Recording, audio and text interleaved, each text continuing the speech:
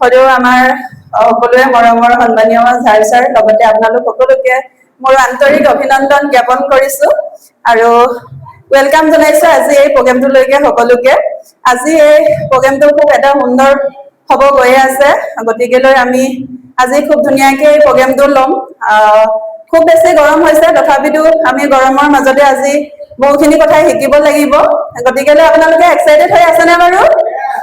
হয় বাকি ইয়াতে সকলোৱে জয়েন কৰা নে নকৰা বাৰু নতুন মানুহ আছে নেকি সব জয়েন কৰা ন ভাল হয় আজি আমাৰ ইয়াতে গোটেইখিনি যিহেতু একে পৰিয়ালৰ ব্যক্তি হয় আমি গোটেইখিনি শিকাৰ কাৰণে আজি আহিছো আৰু বাকি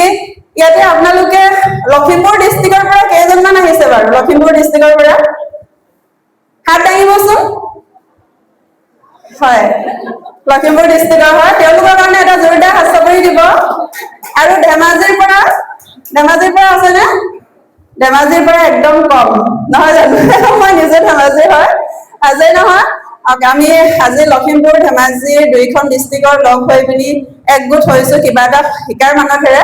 আৰু প্ৰথমে মই মোৰ পৰিচয়টো দি ল'ব বিচাৰিছো নাম ৰিচা চেতিয়া ঘৰ ধেমাজি ডিষ্ট্ৰিক্ট নৰখানাত হয় এই চিষ্টেমৰ এগৰাকী ষ্টুডেণ্ট হয় শিকি আছো আৰু আজি শিকাৰ কাৰণে আহিছো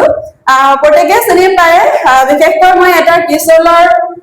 যিটো আৰচিএমৰ টিউচনৰ পাৰ্ট সেই পাৰ্টটোৰ ওপৰত কাম কৰি আছো তথাপিও আজি যি এইখন দায়িত্ব দিলে মই আপোনালোকৰ লগত অকণমান কথা পাতিব বিচাৰিম কথা বিশেষকৈ কি হয় আমি যিটো আৰচিএম চিষ্টেমৰ লগত জড়িত হৈ আছো আমি এই চিষ্টেমৰ লগত প্ৰত্যেকে কিয় জড়িত হৈ আছো এইটো হ'ল এটা অভিযান হয় ন অভিযান আমি নিজৰ এক নম্বৰতে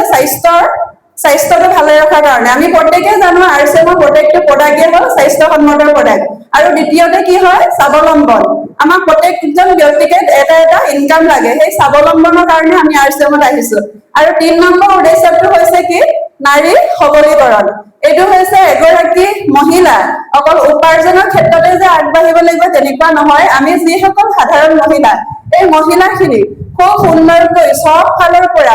আমাৰ যিখিনি প্ৰতিভা আছে সেই প্ৰতিভাখিনি বিকাশ কৰিব পৰা এটা প্লেটফৰ্ম হয় এইটো আৰু সেই প্লেটফৰ্মখনতে আমি নিজৰ যোনখিনি প্ৰতিভা সেইখিনিৰ লগতে আমি সমাজ সেৱাৰ হকে প্ৰত্যেকগৰাকী নাৰীয়ে কাম কৰি যাম আৰু নিজৰ সেই স্বাৱলম্বী দিশত উন্নতি কৰি সমাজখনৰ উন্নতিৰ হতে কাম কৰিম আৰু সেই সংকল্প লৈয়ে মই আৰচিএমত আহিছো মোৰ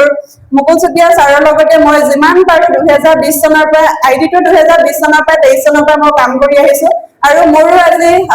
এতিয়ালৈকে কাম কৰা যি অভিজ্ঞতা সাংঘাতিক এটা সুন্দৰ অভিজ্ঞতা কাৰণ মই এগৰাকী আছিলো সাধাৰণ গৃহিণী মই সদায় ঘৰৰ চাৰিবেৰৰ মাজতে আবদ্ধ আছিলো কাৰণ মোৰ ঘৰৰ প্ৰত্যেকজনৰ কিবা এটা নহয় কিবা এটা নিজৰ ইনকাম আছিলে বা কিবা এটা তেওঁলোকে মা আছিলে স্কুলৰ টিচাৰ ভাইটিহেঁতো চাকৰি বা হাজবেণ্ডো ইলেক্ট্ৰিচিটি তেওঁ চাইডত যায় কিন্তু মই কি কৰিব লাগে সকলোখিনি মেনেজ কৰি ঘৰতে সদায় ভাত পানী বনোৱা এনেকুৱা ব্যস্ত হয় নাই কিন্তু যেতিয়াৰ পৰা মই আৰচিএম প্লেটফৰ্মখন পালো তেতিয়াৰ পৰা মই নিজৰ সৰু সৰু যিবোৰ মোৰ সপোন সেই সপোনবোৰ পুৰাবলৈ এটা খুব ধুনীয়া সুন্দৰ প্লেটফৰ্ম পালো আৰু যেই নহওক আমাৰ টিচি ছাৰক আমি ইয়াৰ পৰাই তেওঁক প্ৰণাম জনাইছো তেওঁক ভক্তি জনাইছো যে এনেকুৱা এটা চিষ্টেম আমাৰ মাজলৈ পঠিয়াই তেওঁ আমাৰ দৰে মহিলাসকল বা পুৰুষসকলৰ এই সমাজখনৰ যি উন্নতি হকে কাম কৰিবলৈ এটা আমাক প্লেটফৰ্ম দিলে বহুত বহুত তেখেতক ধন্যবাদ জনাইছো আৰু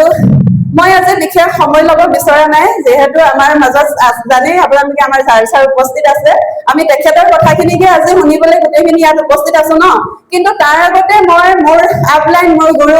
আমাৰ সদৌ ৰঙিয়াৰ পৰা অহা ৰাজু কলিতা ছাৰ আপোনালোকৰ পৰিচয় তেখেতে অকণমান আপোনালোকক জনাব গতিকেলৈ আপোনালোক সকলোৱে জোৰদাৰ হাত চাপৰিৰ মাজেৰে মই তেওঁক অকণমান মঞ্চলৈ মাতিছো আৰু মোৰ মন্তব্য ইমানতে মোৰ কথাখিনি কৈ সামৰিছো জয় আৰচিএম ৱেলকাম ছাৰ